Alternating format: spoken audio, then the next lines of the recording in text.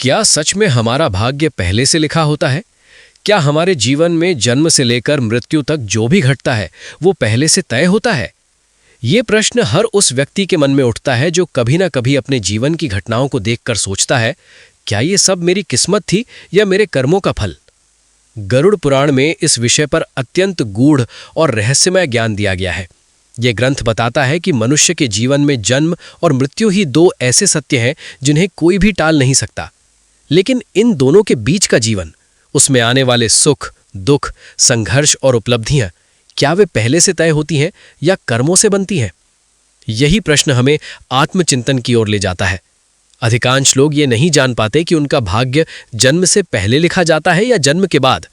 गरुड़ पुराण इस रहस्य को बहुत गहराई से समझाता है। इसमें जन्म, मृत्यु और कर्म तीनों के संबंध को विस्तार से बताया गया है ताकि मनुष्य अपने जीवन को सही दिशा में जी सके। इसी दिव्य ज्ञान को समझने के लिए आज हम गरुड़ पुराण की उस विशेष कथा की ओर बढ़ते हैं जो ये स्पष्ट करती है कि मनुष्य का भाग्य कब लिखा जाता है, जन्म से पहले या जन्म के बाद। नमस्कार मित्रों, स्वागत है इस गरुड़ पुराण की ज्ञानवर्धक प्रस्तुति में। आगे बढ़ने से पहले मैं आपसे एक महत्वपूर्ण आग्रह करना चाहता हूं। इस वीडियो को अधूरा न छोड़ें, क्योंकि गरुड़ पुराण का ज्ञान आधा सुना जाए तो वो भ्रम उत्पन्न कर सकता है। शास्त्रों में कहा गया है कि अधूरा ज्ञान अज्ञान से भी अधिक हानिकारक होता है। इसीलिए ये आवश्यक है कि इस कथा को अंत तक सुना जाए ताकि इसका वास्तविक अर्थ और प्रभाव समझ में आ सके। भगवान श्री कृष्ण स्वयं कहते हैं कि गरुड़ पुराण का ज्ञान केवल सुनने के लिए नहीं बल्कि जीवन में उतारने के लिए होता है। जब मनुष्य इसे सही रूप में समझ लेता है तो उसके जीवन से लोभ, क्रोध, मोह और दुखों की जड़ें धीरे धीरे समाप्त होने लगती हैं। अब आइए उस दिव्य कथा की ओर चलते हैं जो ये बताती है कि क्या मनुष्य का भाग्य पहले से लिखा होता है। कथा के अनुसार एक समय द्वारिका नगरी में भगवान श्री कृष्ण अपने दिव्य आसन पर विराजमान थे। उसी समय देवर्षि नारद नारायण नारायण का जप करते हुए वहां पहुंचे। उन्होंने भगवान को प्रणाम किया और विनम्र भाव से प्रश्न किया, हे प्रभु, आप त्रिकालदर्शी हैं। मैं जानना चाहता हूं कि जो जीव मनुष्य रूप में जन्म लेता है, क्या उसका भाग्य पहले से लिखा होता है या फिर वो अपने पिछले जन्मों के कर्मों का फल इस जीवन में भोगता है? हे प्रभु, कृपा करके इस रहस्य को स्पष्ट करें। देवर्षि नारद का ये प्रश्न केवल उनका नहीं था बल्कि हर उस मनुष्य का था जो अपने जीवन की घटनाओं को समझना चाहता है।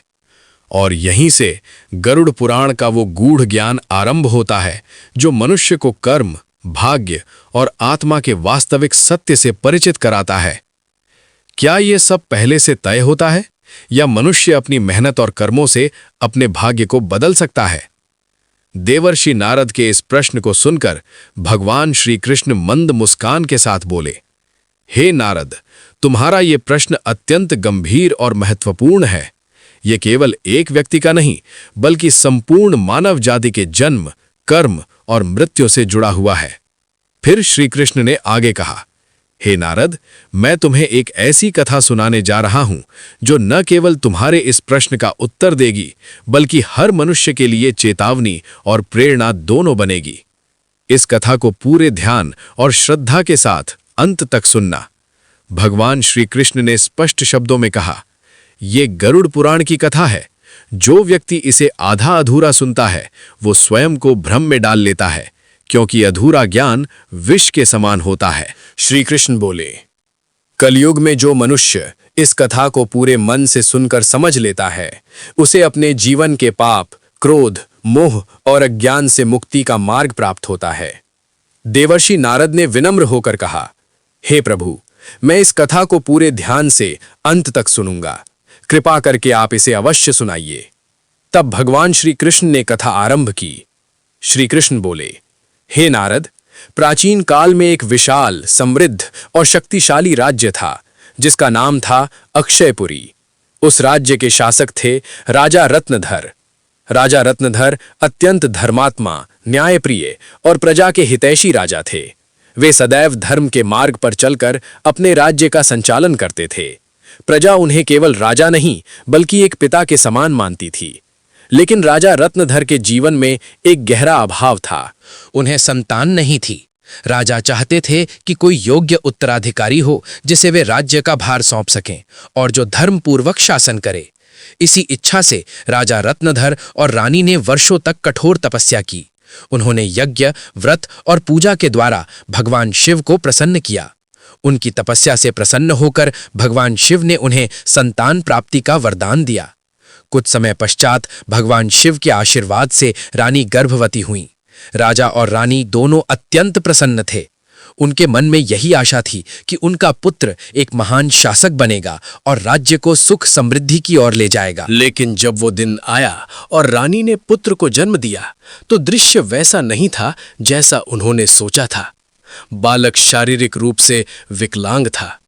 उसका शरीर दुर्बल था, हड्डियां कमजोर थीं और वो सामान्य शारीरिक क्षमता से वंचित था। ये देखकर राजा रत्नधर का हृदय टूट गया। जिस पुत्र के लिए उन्होंने वर्षों तक तपस्या की थी, वही पुत्र इस अवस्था में जन्मा था। राजा के मन में एक ही प्रश्न गूंजने लगा, ऐसा क्यों हुआ? उन्होंने ईश्वर से पूछा, हे प्रभु, मैंने धर्म का पालन किया, यज्ञ किए, तपस्या की, फिर भी मेरे पुत्र का जन्म इस अवस्था में क्यों हुआ? अपने इस दुख और प्रश्न के साथ राजा रत्नधर भगवान श्री कृष्ण के दर्शन के लिए पहुंचे। भगवान के चरणों में प्रणाम करके उन्होंने करुण स्वर में कहा, हे प्रभु, मैंने जीवन भर धर्म का पालन किया, फिर भी मेरे साथ ऐसा क्यों हुआ? और यहीं से कर्म और भाग्य का सबसे गहरा रहस्य प्रकट होने वाला था। राजा रत्नधर ने अत्यंत व्याकुल होकर भगवान श्री कृष्ण से कहा, हे प्रभु, मैंने भगवान शिव से संतान का आशीर्वाद प्राप्त किया था, फिर मेरे पुत्र के साथ ऐसा क्यों हुआ? क्या ये सब मेरे भाग्य में पहले से लिखा हुआ था? राजा की पीड़ा भरी बातों को सुनकर भगवान श्री कृष्ण मंद मुस्कान के साथ बोले, हे राजन, तुम सही कहते हो कि तुम्हारा पुत्र विकलांग अवस्था में जन्मा है, लेकिन क्या तुम जानते हो कि इसके पीछे वास्तविक कारण क्या है? श्री कृष्ण ने शांत स्वर में कहा, ये घटना न तो ईश्वर की क्रूरता है और न ही केवल भाग्य का अंधा निर्णय। ये तुम्हारे और तुम्हारे पुत्र के पूर्व जन्मों में किए गए कर्मों का फल है। भगवान श्री कृष्ण बोले, हे राजन, ये सत्य है कि तुम्हारे पुत्र का जन्म जिस अवस्था में हुआ वो उसके पिछले जन्मों के कर्मों का परिणाम था, पर इसका अर्थ ये नहीं कि सब कुछ पहले से तय था और बदला नहीं जा सकता। राजा आश्चर्यचकित होकर बोले, हे प्रभु, तो क्या भाग्य वास्तव में पहले से लिखा होता है? भगवान श्री कृष्ण ने उत्तर दिया, जन्म, मृत्यु और जीवन के कुछ उतार चढ़ाव पूर्व कर्मों के अनुसार निर्धारित होते हैं, लेकिन मनुष्य जो कर्म वर्तमान में करता है वही उसके भाग्य की दिशा तय करता है।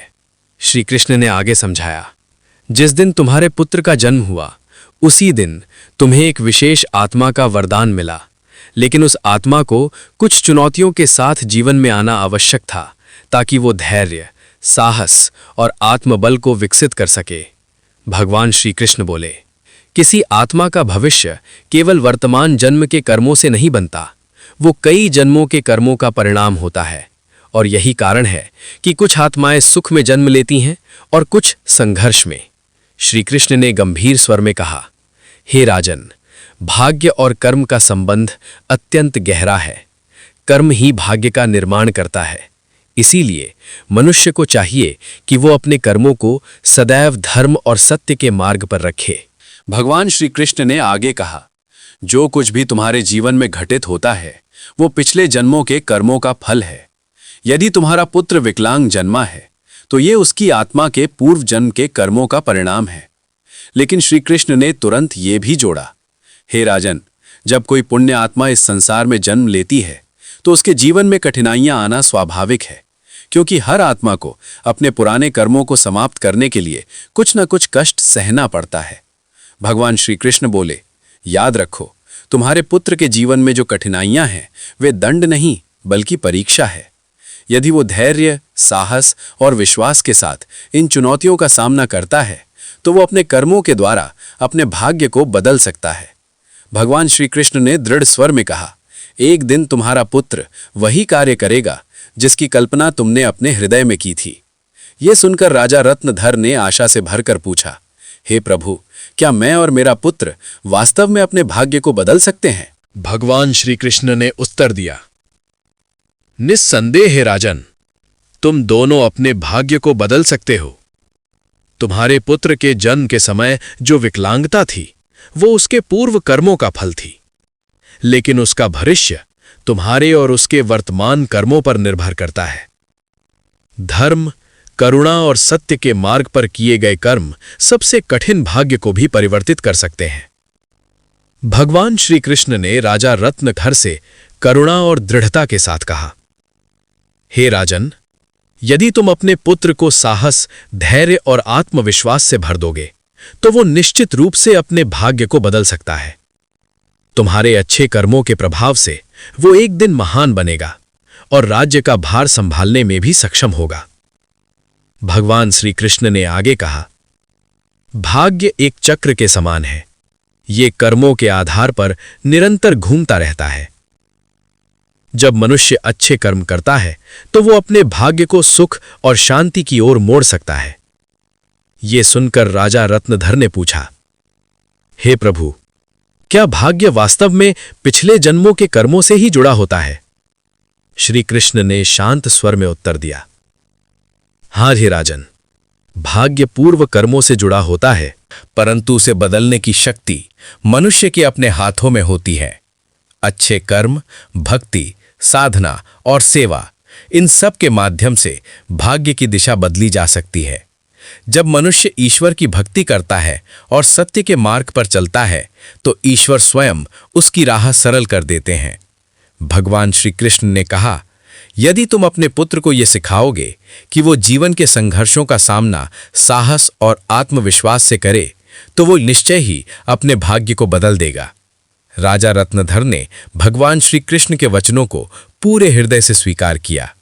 उन्होंने संकल्प लिया कि वे अपने पुत्र को कमजोरी का एहसास नहीं बल्कि आत्मबल की शिक्षा देंगे। समय बीतता गया।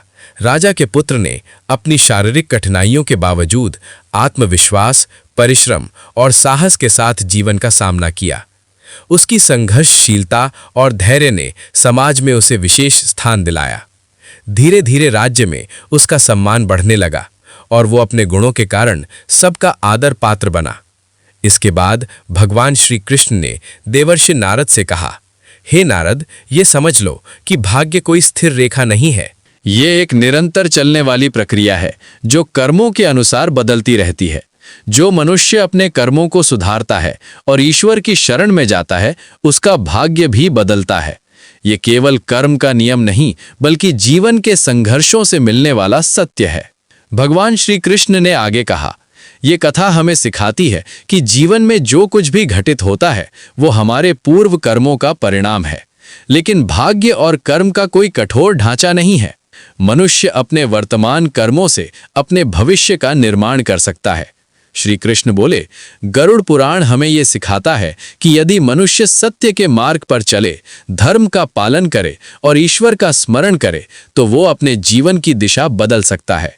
फिर भगवान श्री कृष्ण ने कहा, हे नारद, ये संसार कर्मों का दर्पण है। जो जैसा कर्म करता है उसे वैसा ही फल प्राप्त होता है। माता पिता की सेवा, दूसरों की सहायता और ईश्वर का ध्यान, यही सबसे बड़ा धर्म है। जो मनुष्य पाप कर्म करता है और दूसरों को कष्ट देता है, उसे न केवल इस जीवन में बल्कि जन्म जन्मांतर तक उसके कर्मों का फल भोगना पड़ता है। लेकिन जो अपने कर्मों को सुधार लेता है, वो इस जन्म मरण के चक्र से मुक्ति प्राप्त कर सकता है। भगवान श्री कृष्ण ने कहा, ये संसार एक अवसर है। धर्म, सत्य और सेवा, यही मनुष्य का वास्तविक जीवन है।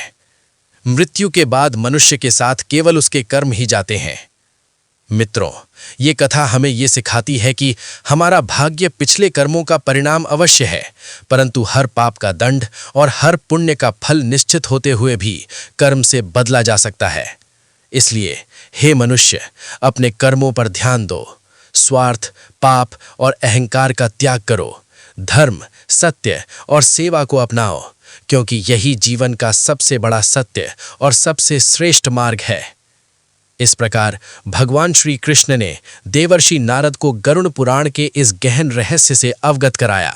भाग्य भले ही जन्म से पहले लिखा गया हो, लेकिन जीवन के संघर्ष, सत्य, धर्म और ईश्वर की भक्ति से मनुष्य अपने भाग्य को निश्चित रूप से बदल सकता है। गरुड़ पुराण हमें यही सिखाता है। जीवन एक खेत की तरह है, मनुष्य उसमें जैसे बीज बोता है वैसा ही फल प्राप्त करता है। कर्म, भाग्य और गरुड़ पुराण का दिव्य रहस्य। श्री कृष्ण के उपदेश। राजा के मन में एक गहरा प्रश्न था। उन्होंने भगवान शिव से आशीर्वाद लिया था, फिर भी ऐसा क्यों हुआ? क्या यह सब पहले से ही उसके भाग्य में लिखा हुआ था?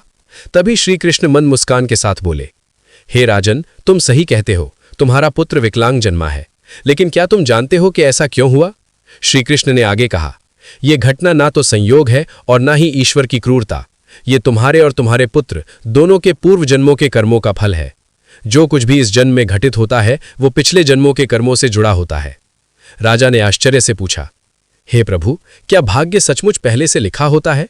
श्री कृष्ण बोले, जन्म, मृत्यु और जीवन के कुछ उतार चढ़ाव पहले से निर्धारित होते हैं, लेकिन मनुष्य के वर्तमान कर्म उसके भाग्य की दिशा बदल सकते हैं। तुम्हारे पुत्र का जन्म विशेष उद्देश्य के लिए हुआ है।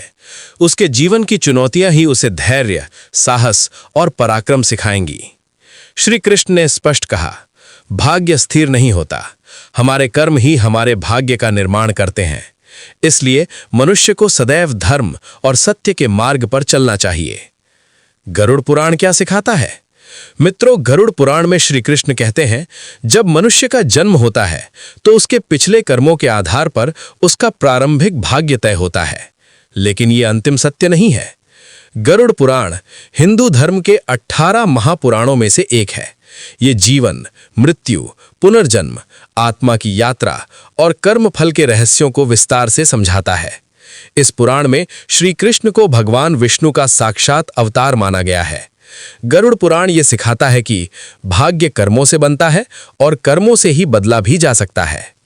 भाग्य बदलने के 3 दिव्य उपदेश। 1. धर्म और सत्य का पालन। मनुष्य का जन्म किसी उद्देश्य से होता है। पिछले जन्मों के पाप इस जन्म में कष्ट बनकर सामने आते हैं, लेकिन धर्म, सत्य और ईश्वर भक्ति से हम उन पापों के प्रभाव को कम कर सकते हैं। ये जीवन एक अनमोल अवसर है। यदि हम इसे धर्म के मार्ग पर जीते हैं तो न केवल अपना भविष्य बल्कि आने वाले जन्म भी उज्जवल बना सकते हैं। माता पिता की सेवा। गरुड़ पुराण में कहा गया है, माता पिता के चरणों में ही तीनों लोकों का स्वर्ग है। जो व्यक्ति अपने माता पिता का आदर नहीं करता उसे इस जीवन में भी कष्ट मिलता है और अगले जन्मों में भी कठिन परिणाम भुगतने पड़ते हैं। माता पिता की सेवा सबसे बड़ा पुण्य और सबसे सरल साधना है। अहंकार का त्याग। श्री कृष्ण कहते हैं, मनुष्य का सबसे बड़ा शत्रु उसका अहंकार है। अहंकार व्यक्ति को धर्म से दूर कर देता है और उसका वर्तमान व भविष्य दोनों अंधकार में चला जाता है। सत्य, प्रेम और विनम्रता से ही जीवन और भाग्य दोनों सुखमय बनते हैं। अंतिम संदेश। मित्रों, गरुड़ पुराण हमें सिखाता है कि ये जीवन हमारे कर्मों का परिणाम है। भले ही भाग्य जन्म से पहले लिखा गया हो, लेकिन कर्मों से उसे बदला जा सकता है। यदि हम धर्म, सेवा और सत्य के मार्ग पर चलते हैं तो आत्मा मोक्ष की ओर अग्रसर होती है। यदि आपको ये ज्ञानवर्धक प्रस्तुति अच्छी लगी हो तो वीडियो को लाइक करें और कमेंट में जय श्री कृष्ण अवश्य लिखें। चैनल को सब्सक्राइब करें ताकि ऐसे आध्यात्मिक ज्ञान आप तक लगातार पहुंचते रहें। हर हर महादेव। ओम नमः शिवाय। राधे राधे।